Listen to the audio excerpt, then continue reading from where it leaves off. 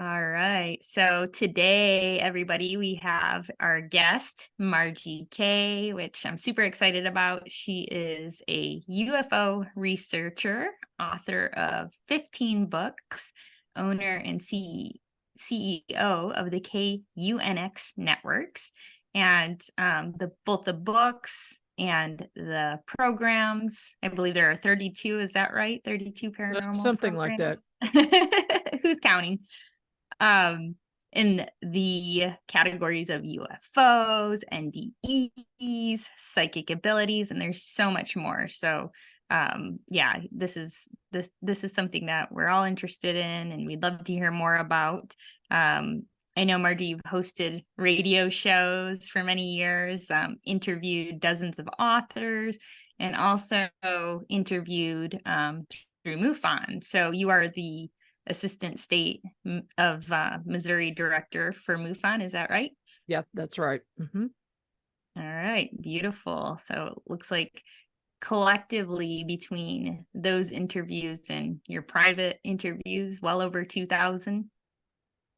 Yeah, 2,000 investigations. You're like, I have to go back and read. You're dating me. All right. Well, I'm a numbers gal if you can't tell. But yeah. So just to start out, we'd love to know what sort of led you to all that you have done and are doing now in this space. Well, what led me to it is my own experiences. I mean, I started having experiences as a very young child. And by the time I was 3, we knew that I was psychic and was seeing things other people weren't. And, telling things that were happening right then or in the future, things like that. But by the time I was 11, well, that's when I saw my first ghost. And there was just an apparition of a head floating at the foot of my bed about 6 feet off the floor. Wow. And that was an eye-opening experience. And then my father showed me a picture book and with photos, and I picked out the one that had appeared. I guess he kind of suspected it because I was just describing what the man looked like, and he was talking, but I couldn't hear anything, but I could see that he was speaking. And so I looked in this photo album, and it was my grandfather, my father's father, who had passed 6 years before I was born. Wow. And so that was my first paranormal experience. And I Did that very scare you at heavily all? got involved in that and doing research. Okay. Yeah. After that. Wow. Did you notice when you had that experience, do you remember what you felt during it? Did it feel like it was something you were open to at the time? Because we often hear people that, are scared at first and then, go back to it later. Did it feel? Yeah. I was more curious than afraid of it. I was actually trying to see what he was saying, trying to read his lips. And then my sister, who was in the bed next to me, saw it and she screamed, and then that made me scream. Wow. But I don't think I would have actually screamed if she hadn't have done that first, because I was just really curious about what the heck that was. And so that was my first eye-opening experience in realizing that life goes on in some fashion after death. And so then as far as UFOs go, my first UFO experience that I remember, real time remember, was when I was 17 years old. My family and I were driving through Oklahoma, going to Texas in the summer of 1974. I was 17 years old and I was driving, and somebody in the car pointed out that there was something to our right. And here is this big, long, cylindrical silver object with no wings or tail, very close to us and absolutely huge, minimum of 300 feet in length, probably double that. And it was keeping pace with the car. I would slow down, it slowed down, I'd speed up, it would speed up. And then the next thing we knew, it was afternoon. It was like 3:30 in the afternoon. All of a sudden it was dark. And in the summertime, it doesn't get dark till about 9. And we didn't really realize what happened till the next morning. We all got up and we were in a motel somewhere and we're like, what happened last night? That was strange. First it was daytime and then it was all of a sudden night and the object was gone. And we had paced it for some time. We watched it. So that was my UFO awakening experience. Wow. I knew what was happening then. It wasn't one of ours. There you go. Well, you were meant to witness that and experience that for sure. Did you get a feeling of, did you feel like that was a benevolent energy at the time you had the experience? I didn't get I had a feeling of being watched, being observed. Okay. It didn't feel like it was threatening at all. Just that was definitely observing us. And what was odd is that after that experience, I got heavily into researching UFOs as well as paranormal, and anything that was out of the ordinary, I was going to research it. But the rest of my family didn't. And I thought that was strange that they didn't go down that same path I did, but they didn't find those things extraordinary and wanting to look into it more. So, now I'm the one who does that. So, and then later on, I had an experience in Seattle, Washington in 1985, where an ET appeared to me in person. And that was my first encounter with that. And I'll tell you the short version of that story because it defines the whole rest of my life. That experience did. I was seeing a massage therapist for my back. I'd been in a car accident and I knew him very well. I'd been to him for months. And at the end of the session, I was getting my coat on and I had my brother and my 2 daughters with me at that time. We were getting our coats on, getting ready to leave. And all of a sudden the massage therapist says to me in a different voice and different mannerisms altogether, would you like to stay and try a light experiment? And I knew instantly something was up. When your little spidey sense goes off that there's something going on. Yeah, it was. So I said, yeah, I'll try a light experiment. And so he had me look at a green light and then a red light and back and forth for a couple of minutes.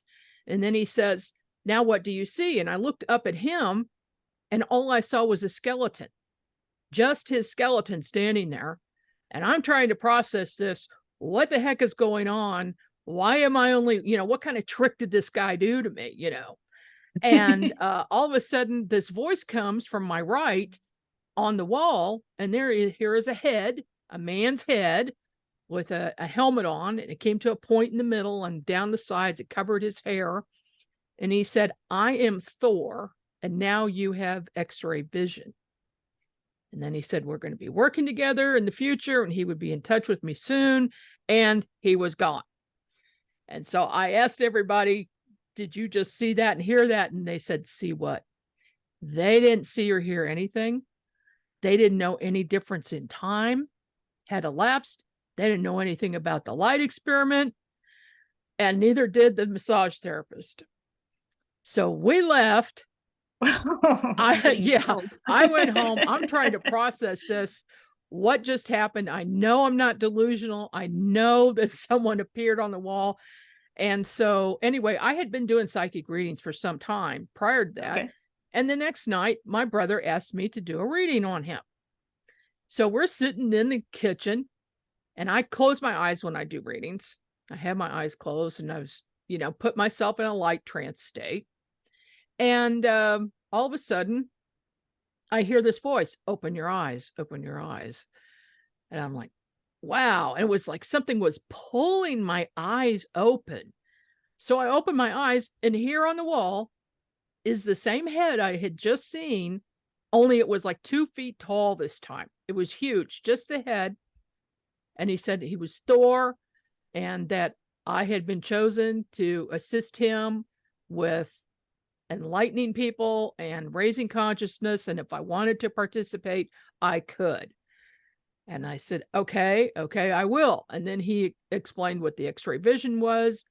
And he just basically triggered in me something using the lights to open up my psychic abilities like 100-fold. And so since then, I've been able to see inside the human body and see things very clearly, just like I'm actually in there. It's not like an MRI. It's better than that. Wow. So, I can look at bones and at blood vessels and organs and all of that and see things that may or may not supposed to be there. If there's anything odd, if somebody has an organ missing, or if there's one that's twisted the wrong way. I mean, I run into all kinds of just weird stuff that nobody should be able to see, but he gave me the ability to do that. So I do that. And I also train people how to remote view. I call it remote viewing. And later on I discovered how to remote view, but it was Thor's trigger. He gave me a suggestion and then taught me how to do that. So I found out how to find missing persons and help solve homicide cases and theft cases, things like that. So, I work on that with that ability. So It's amazing. That's my life now. Wow. It is incredible. Well, if that's the short story, I love to hear the long story sometime. Yeah. Well, and it's also why I write books and why I have a network and why I have the KUNX magazine. It's because Thor asked me to do these things. Actually, more than suggested. Let's put it that way. I will do anything that he asked me to do. And I didn't even know who he was until a few years ago, 2012, a friend of mine who's a psychic, her name's Gail Larmer, Thor came to her and she called me up and she says, "Who the heck is Thor?" So, and this is the title of one of my presentations, "Who the heck is Thor?" Because she said, well, he wants you to contact him. And I hadn't told her or anybody else, none of my friends, about this incident with him. I didn't know who he was. Well, he's Valiant Thor, the ET who visited the Pentagon from 1957 to 1960, and then met Dr. Frank Stranges. Frank Stranges wrote a book about him called Stranger at the Pentagon. And she sent me that book so I could find out who he was. Well, evidently, in all of my research now since then, I found that he has been in contact with multiple people. He chooses people based on their vibratory rate or their consciousness level. And then he will sometimes give a little trigger to help that along, like he did with me. And the whole idea is for us to help raise consciousness of the planet. Wow. That's our job. It speaks to my soul. I thought it would. I read your bio. Yeah, I know you're very much in contact with star beings, and that's awesome. Yeah. Well, I love hearing that experience, and I'm sure that you're still connected to Thor and in communications and still very much guiding you. Yeah. Yeah. And I found out also, I recognized his voice when he first appeared to me. And it's the voice that's been with me since I was very, very young, telling me, look over here, go this direction, whatever. He's been like guiding me throughout my entire life. And he also introduced me to other ETs and helped me to be able to see and raise my level of consciousness to the point where in a very light trance state, I can see ETs standing around and ask them to come in and do healing work or help me do healing work on someone else. And they will, and they'll appear. And it's an awesome experience.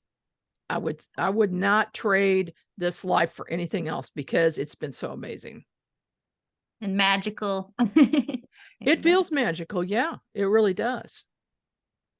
Yeah. So with your experience, then, do you feel connected to a certain place in the cosmos, or does that not matter to you? It's just like a high frequency, higher consciousness. There are certain places that I feel connected to, and I'm not sure if it's because of my connection or because of so many readings I've done for people where they seem to come from certain places. Arcturus, Sirius, Orion are the big ones. And I see them over and over again. And so now I have kind of a connection to that. Also, there's a star called M13. I don't even know what it is, but it keeps popping up with people I'm doing readings for. I'm also seeing a lot of water people coming in that were originally from a water planet and were some type of a creature like a dolphin. And oh wow, yeah, inevitably those people tell me that they have a connection with water and they love being by the ocean. So it's like, yeah, that's why. That's absolutely why. Connected to the dolphins. I love it. Yeah, I can get down with that.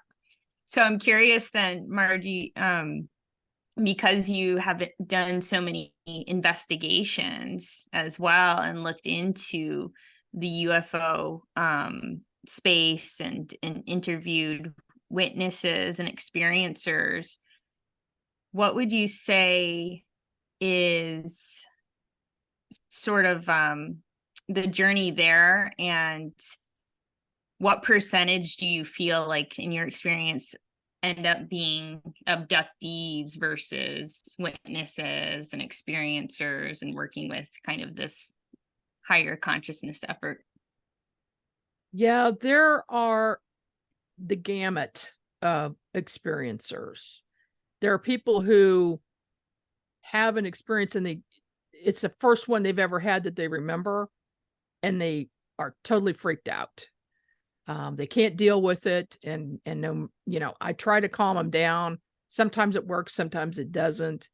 And they're so shocked that there's something outside of this world that we know, out of our 3D existence, that there could absolutely, possibly be anything that's interdimensional or anything that's otherworldly. And that changes their life, and they're shocked about it. And then other people have had experiences their entire lives, and it's just another thing. And then they see another extraordinary thing and they decide to file a report about it. And when you get digging, you find out this has been going on for their entire life. And by far, that's probably most of the people. Most people have had multiple experiences. It's not very common to find just one.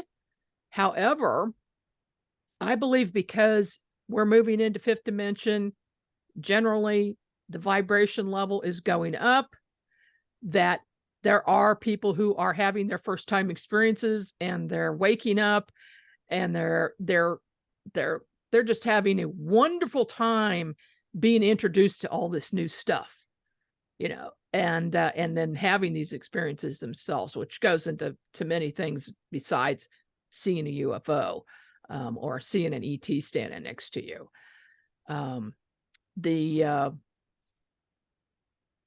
The thing is too that we're a little bit confined, if you will, in MUFON with doing the scientific study of UFOs. Okay. So when I'm in that role, that is what I do.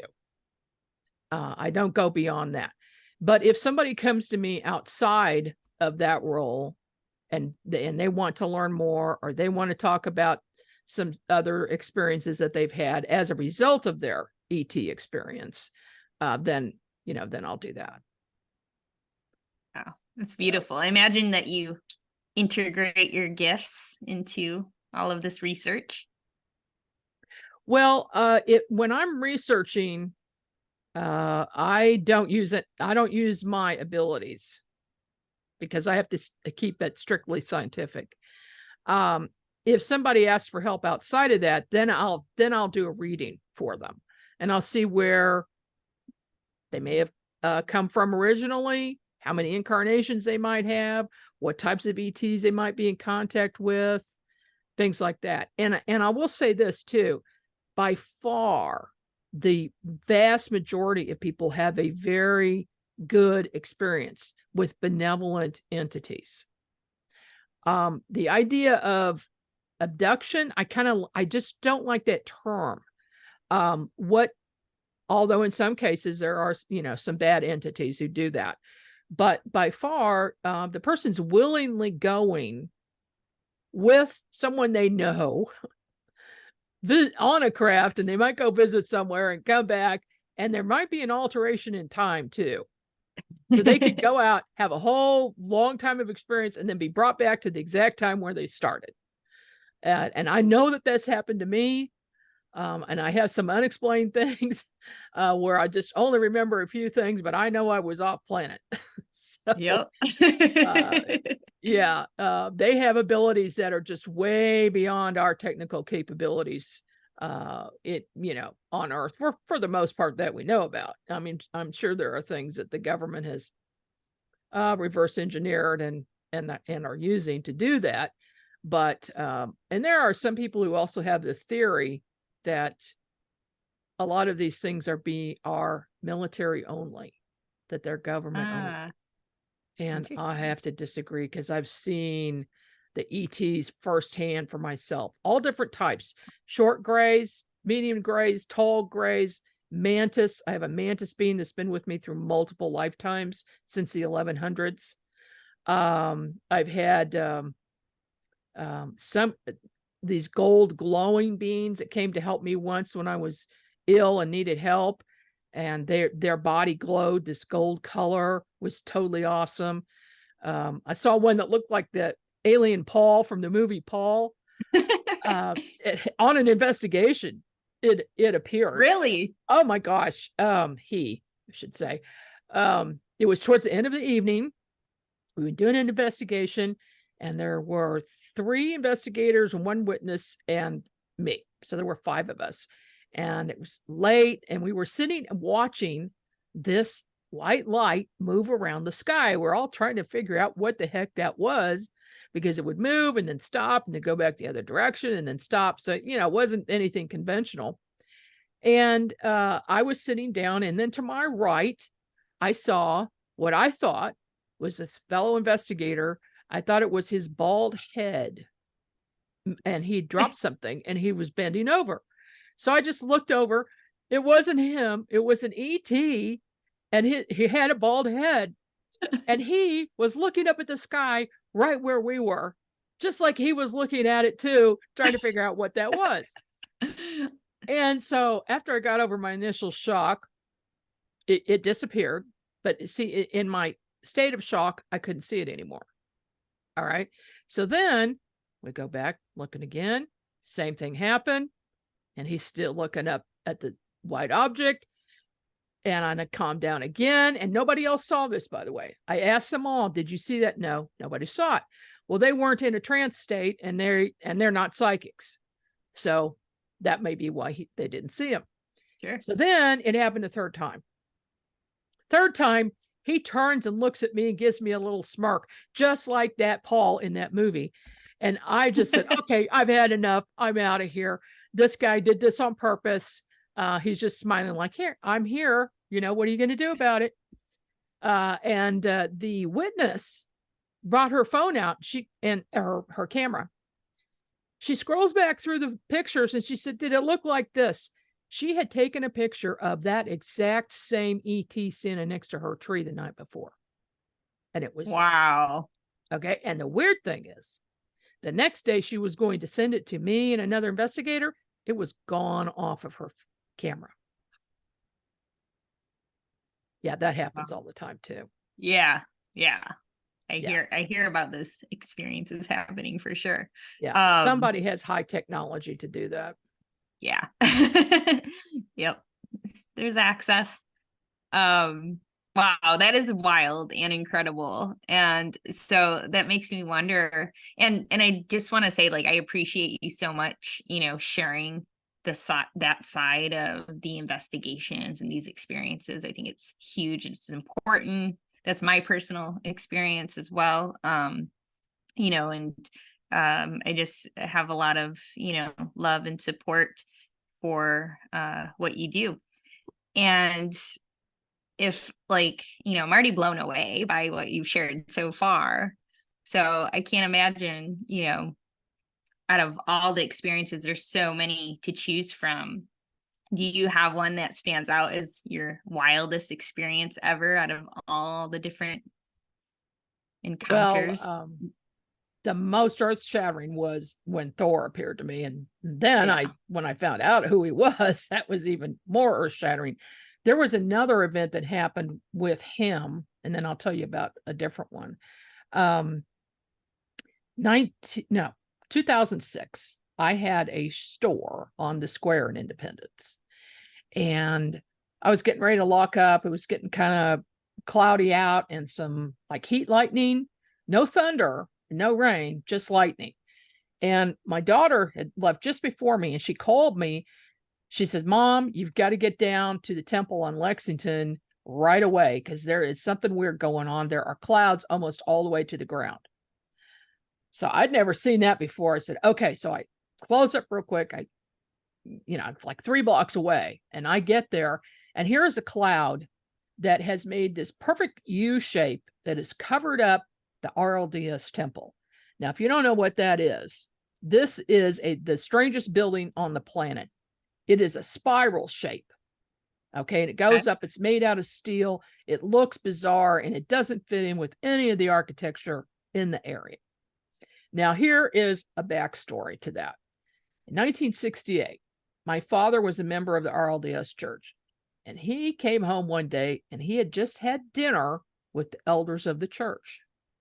And he told us a bizarre story. He said they were making plans to build a building, but they wanted to hide an antenna in it, a really, really, really long antenna. And they were trying to decide how to do that. And the purpose for the antenna was to contact extraterrestrials.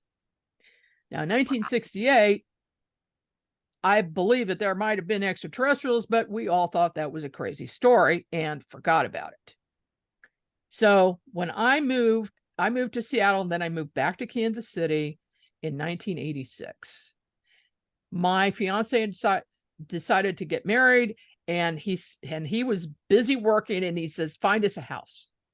So I was going to go look at a house in Independence, and I'm driving by that temple, and I had never seen it before. I didn't know when it was built. I drove by and looked at it, and I said, "Oh my gosh, they did it." Because I'm looking at this spiral. And the reason I know this is because the radio station I used to work at, the owner of the station built an antenna super, super tall. But what he did was he built it the regulation height. He couldn't go any higher than that. But then he put it down in the ground in a spiral shape. So now this little 5,000 watt station is a 10,000 watt station with a long, long antenna. Okay. So a lot of power. yeah. So I figured that out later. So here's this cloud that has come down, it's covering the place up. So I pulled over to the side and I start taking pictures. I got a couple of pictures as it's going up, like halfway up and then almost to the top, but it's still covering the antenna top part of it where the light is, the beacon light, so airplanes don't run into it. Okay. And here are these weird clouds, and there's still this strange kind of white lightning, and this beam of light appears going from the top of the antenna off at like a 30-degree angle. And I'm thinking, what the heck is that? Because all I can see is that through the clouds, but I can't see the source. And here comes Thor's voice again. He says, "This is Commander Thor. And you are looking at communication with people in the sub basement of that building." And I thought, what? Commander Thor? This is the first I've heard that. And I still at that point didn't know who he was until 2012. When Gail told me, and then I found out who he was. And it turns out he's kind of a trickster.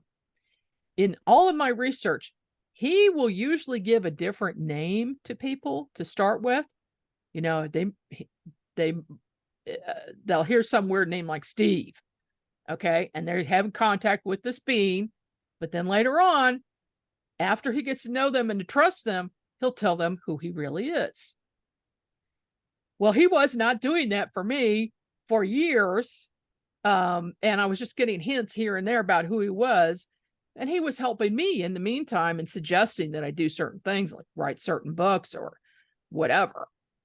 Start the magazine, and then eventually start the radio station, because we weren't reaching enough people, and to get the right shows on the network, and the right shows were attracted to the network. And it's just all, he says, if you do what I say, it'll all work. And it has, absolutely. So yeah, that's my other weird story about Thor. But I was also introduced to a mantis being, and the mantis showed me a scene from around the 1100s, where I was a Native American in the plains area, probably north of here, around up to like South Dakota, because I'm really, really drawn to South Dakota, and I can never figure out why, but I think this is why. He showed me where, when I was about 5 years old, these two warring tribes, this one tribe basically decimated another tribe. And then, and this shaman was there, and the shaman saw me, and he saw something in me, and he basically took me in and trained me from childhood to do what he does. And now I was not a part of that tribe, so I was like ostracized by the tribe until I was much older.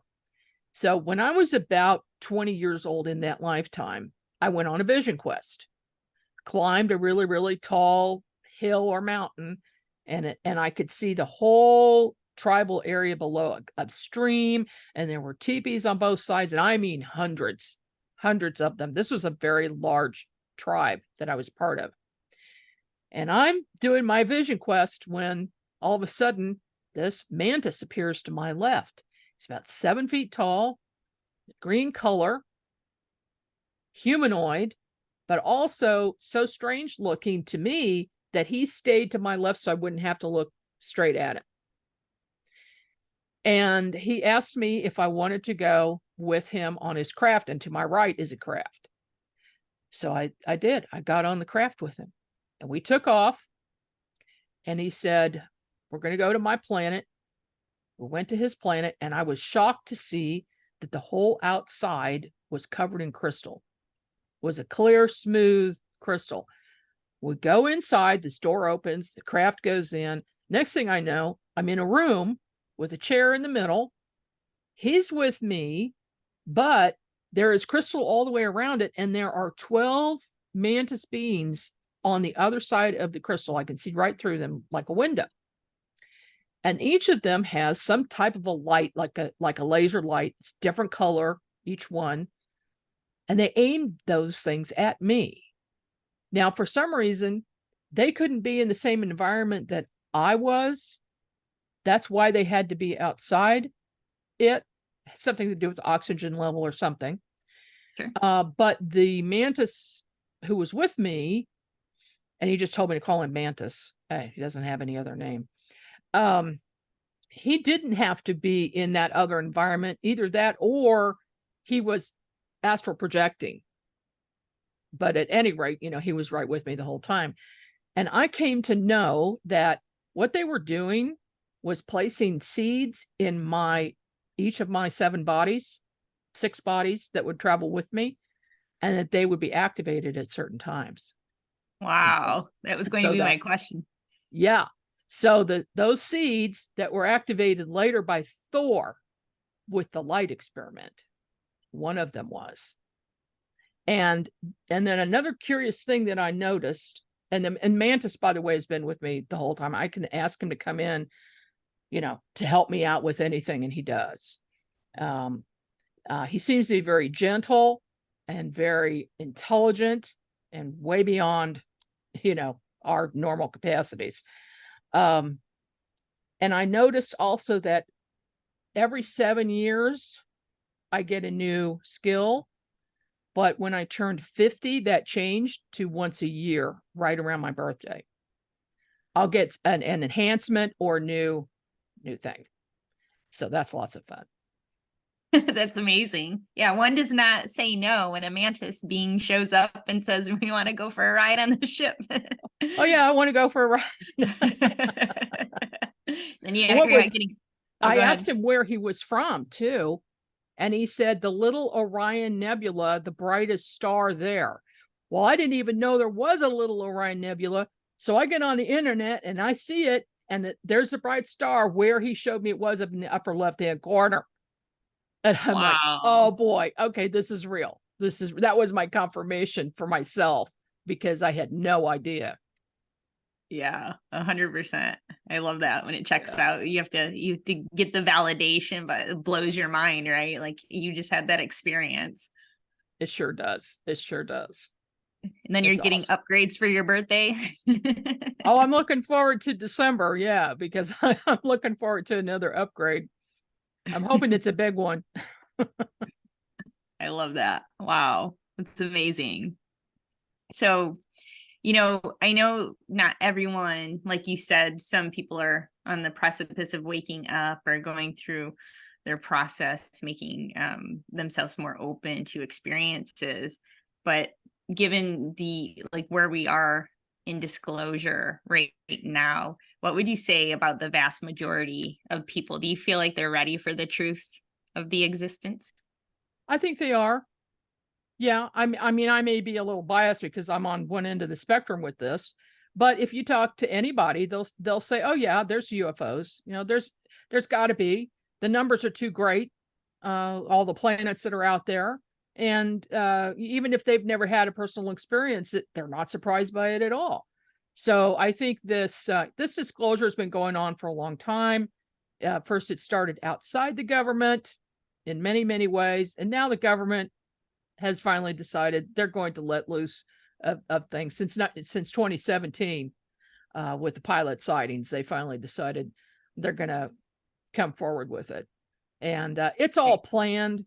I'm sure it is. I'm sure that they have a timeline schedule for everything, but as far as when full disclosure is coming, I'm going to say within the next 2 years, and it's very close. And what my guides are saying and what my ET contacts are saying is something big is coming. And they're going to make themselves known all over the planet at the same time. And Thor showed me a picture, a view, if you will, of all of the craft that he has right now around the planet. And they're everywhere, but they're cloaked. And they're going to uncloak and show everybody that they're here. Now he tells me there are some negative beings that want the planet for themselves. They want to remove resources from it. And there are some that have been doing that for a long time anyway, and that live in the earth, underground. Some live above ground. Some are walking among us and look like humans. Okay. and I'll tell you how you can tell if they are, if they're not human. Oh, tell us. It's their energy field. They're not going to show a regular energy field like you normally see with a human being. If they're 100% ET, now hybrids may not be that way, but sure, if they're 100% ET, and a lot of them look like we do because we all have the same DNA. And then there's variations of that. I've caught a few. I caught one at a conference once. He was like over 7 feet tall, dark hair, real thin, standing and talking to a group of people. And I looked over at him. I saw no energy field, no aura at all. And so he looked at me and he knew that I knew. The next thing I know, he's gone and he's not at the conference the whole rest of the time. So he Ooh. was just there checking things out, but he stood out a little bit being over 7 feet tall. Next time they should send someone around 6 feet tall. Give them a little shorter. Yeah. They don't stand out as much. I love that. Well, I'm excited for those ships to be uncloaked, and it feels very much like, yeah, we're in a more of a soft disclosure until we get to that full disclosure. And it feels like there are messages just going out to so many people to like bring their information forward and to not, keep it in the dark. And yeah, so I'm also curious, just checking time here, but you cover a wide variety of topics in the paranormal space. And one of your books, Winged Aliens, Yeah. you talk about some experiences with Mothman and Thunderbirds and giant birds. So in your opinion, are these creatures kind of moving in and out of dimensions, and then we're just able to catch a glimpse as you're going through, listening to everybody's experience as well at a particular point, like in the space time where that opens up in the field? Or do you think that we're just able to see them? And also curious about the connection between the UFOs seen around the experiences. Well, the winged creatures, this came to my attention around 2012 when UFO experiencers that I knew about were seeing these things.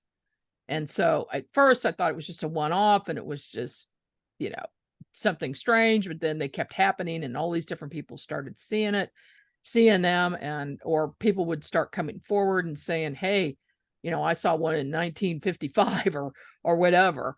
So I started compiling a list, and that's what that list is in the Winged Aliens book. And the whole premise of the book is this is something out of our normal 3D existence.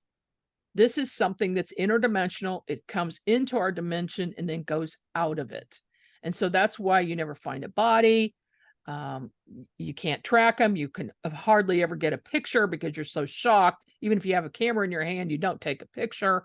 But these credible people have seen these things. And by the way, I also have a Google My Maps of the winged creatures. So if anybody wants to see that, they can look at my website at margiek.com and see that map, which I'm constantly adding to. And of course, since I've written the book, I've got more sightings to include in that I've added. But we're talking about pterodactyls with, one or two witnesses or 3 or 4 witnesses, and it can't be anything else but a pterodactyl. But then where did it go? We're not finding bedding places or hiding places anywhere where they live. And yeah, there are species on the earth that are being discovered all the time, but these are pretty big. That would be really, really hard to hide. And most of the sightings are in rural areas for something like that. But the Mothman and even the Thunderbird, like I saw a Thunderbird one time in basically behind my backyard. I thought that was a myth until I saw one for myself, and it disappeared into thin air. It just dissolved away. And so what is that? That's not a flesh and blood 3D creature, but it was definitely there. So I believe that they are definitely something interdimensional, and that's why they can phase out, just like Sasquatch does. Sasquatch can phase out. Nobody's going to find them, capture them, because if there's danger around, they phase out in another dimension. And someone like me might be able to see them, or if you have the right connection, level of consciousness with them, you can, but otherwise, no, they're just gone. And yeah, and you have a Sasquatch story, don't you? I thought I heard one about you in a cabin in the woods. Yeah, I have. I did a UFO investigation for a paranormal group who needed help because they had a Sasquatch encounter that turned into a UFO encounter. So, tell me the two aren't related. They are related. Because I have a lot of stories like this from people who they see Sasquatch and an ET. So, anyway, yeah, this people saw this thing, and then several months later I got to thinking about it, and I heard Kiwani speak, and he wrote a book called The Psychic Sasquatch. So I read the book, and they said they had psychic communication with them, and they're very intelligent. So I thought, well, I'm psychic. Let me try to communicate with them. And I observed, had an observation of so I knew they were real. I did remote viewing first, and then I actually got into communicating with one of the Sasquatch. His name is Dave, and his real name isn't Dave, but he told me that. And I was just laughing because all I could think about was Cheech and Chong, you know. But since then, he introduced me to the whole rest of his clan, and the elder of the clan and a Sasquatch shaman chief of the clan is a woman, and she has come help me and done healing work on me 4 times. Wow. Whenever I need help, she and her 2 sons that she's training come in to see me. Now, when they appear, they're transparent. So they're interdimensional. They're in the 5th dimension when I'm looking at them. And they appear inside the house. They can go anywhere they want, anytime. They can appear in your car, in your house, in your backyard. And I've seen them appear in my backyard, solid 3D. They'll phase completely in, and then they can go back out. So their habitat is the wooded areas. They prefer that. They don't like to be in the city. But if they have a connection with somebody that's on a certain level of consciousness, I had to be approved by the elder, in other words, to have this communication with that clan. He had to meet me first, and then he approved. And so now I have the communication. And he told me to share my stories, but just not say exactly where they are. Sure. That's what I do. And it's that's another awesome thing that has transpired because of the abilities that were given to me by Thor. Wow. Wow. That's so amazing. I love that. Yeah. And I'm working on a book about that right now. Yeah. I'm ready for it. We're ready for it. We're all ready for it. Our viewers are ready for it. Yeah. So tell us a little bit then about your network and the shows, and well, it first started with books, like I said, and then KUNX magazine, and then the network. And I had done work with my producer, Race Hobbs, years before. We knew each other real well, and the opportunity came up where he was looking for something different, and I said, let's just do it. I just want to do my own network. After Thor said I needed to do it, and he said everything's going to fall into place, and it really fell into place. I had a few contacts. Oops, lost you. There you are. Okay. So I had a few contacts myself, but Race by far got most of the shows on the network.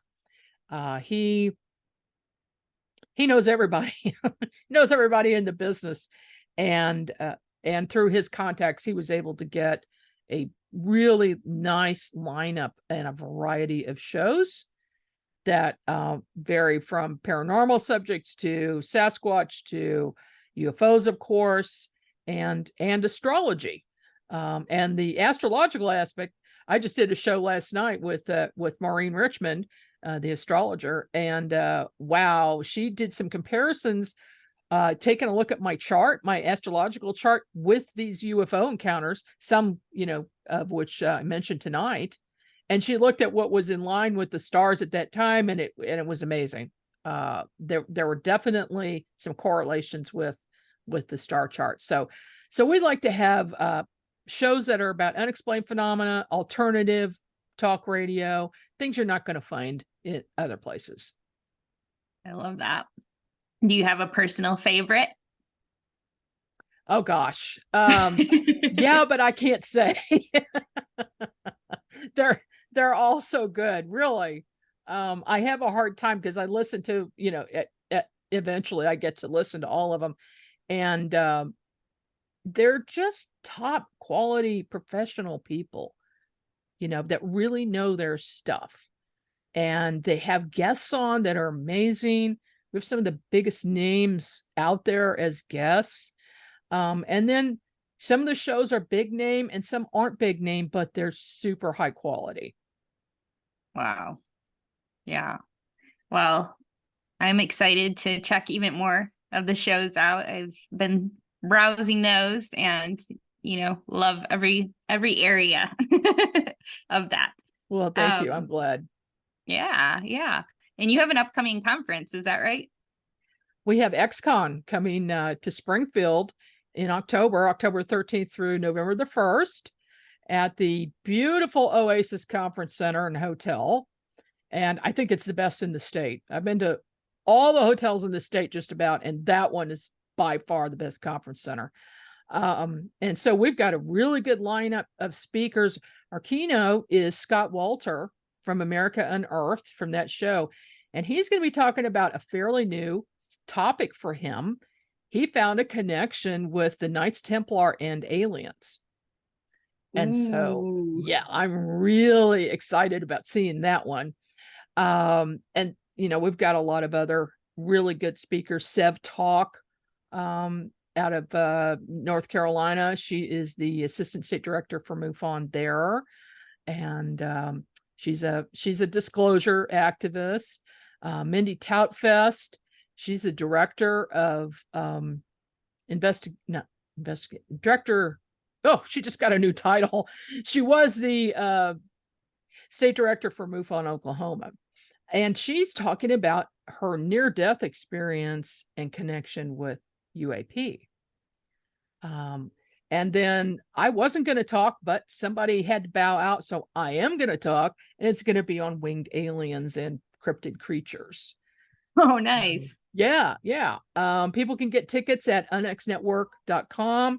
And if you subscribe to the network, you get a discount. So that would be incentive to join the network at no charge. We have free subscriptions, and we also have a paid subscription plan that's $15 a month, where you get a little bit more. More access. Beautiful. And then Margie, when you're talking about speaking and bringing this information forward, does Thor ever make his way into your presentations? Yes. I have a 2.5 hour long presentation on Thor. And then I do a demonstration with the audience doing readings on site live for 30 minutes. So it's 3 hours long. And I did that at the Journey to Truth conference in Illinois earlier this year. Oh, wonderful. Yeah. And it kind of blows people's minds when I do the remote viewing part. Because I'll pick things out that, you just can't know about somebody. People I don't know, and I'll find weird things. So, yeah, that's a lot of fun. When I do this winged aliens thing, I'm not going to be talking about Thor on this one, but sure. I am planning another conference in the spring. It's going to be more of a consciousness type thing, and I'll do that then. Beautiful. Well, we'll look forward to that and other upcoming events as well. And Margie, where can we just find all of your information and your books? You shared the network website. Anything else you want to share? Well, the network site is unxnetwork.com, unxnetwork.com. And then my site is margiek.com. And I've got links to everything I do, all my books, my classes that I do, workshops. I do online and in-person workshops, training on dowsing and remote viewing and raising consciousness, chakra balancing, all of that stuff. And also I'm working on a new presentation for musicians. I'm a musician and I have synesthesia, so I'm going to train people how to do that. Yeah, just anything, just those two sites can find me. Beautiful.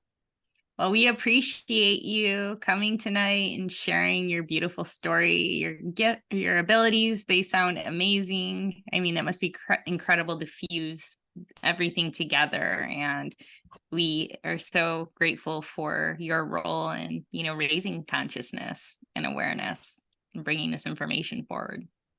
Well, thank you so much. It's been a pleasure. And thank you for your role in raising consciousness as well. Thank you. My pleasure. All right, Margie, take care.